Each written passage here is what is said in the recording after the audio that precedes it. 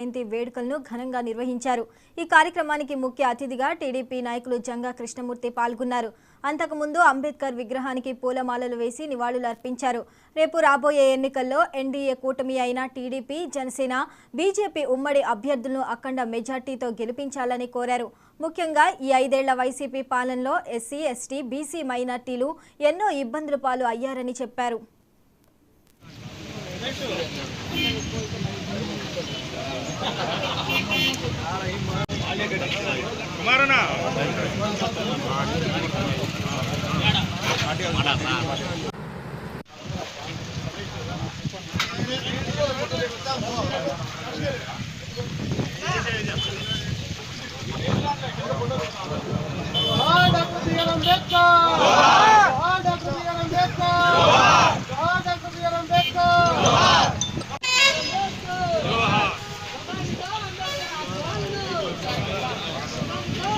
ప్రధాన కారణం విభజిత ఆంధ్రప్రదేశ్। ఈ రాష్ట్రం విడిపోయింది।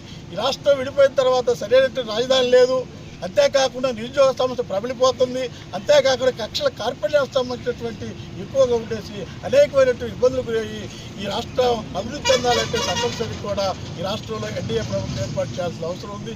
అంతేకాకుండా 14 సంవత్సరాల పాటు కూడా ఈ రాష్ట్రాన్ని పరిపాలించి ఉమ్మడి రాష్ట్రంలో కూడా అనేకమైన అభివృద్ధి సంక్షేమ కార్యక్రమాలు అమలు జరిపి ఐటీ అనే దాన్ని కూడా ఈ రోజున ఈ యొక్క రాష్ట్రానికి పరిచయం చేసినటువంటి నాయకులు చంద్రబాబు నాయుడు గారు।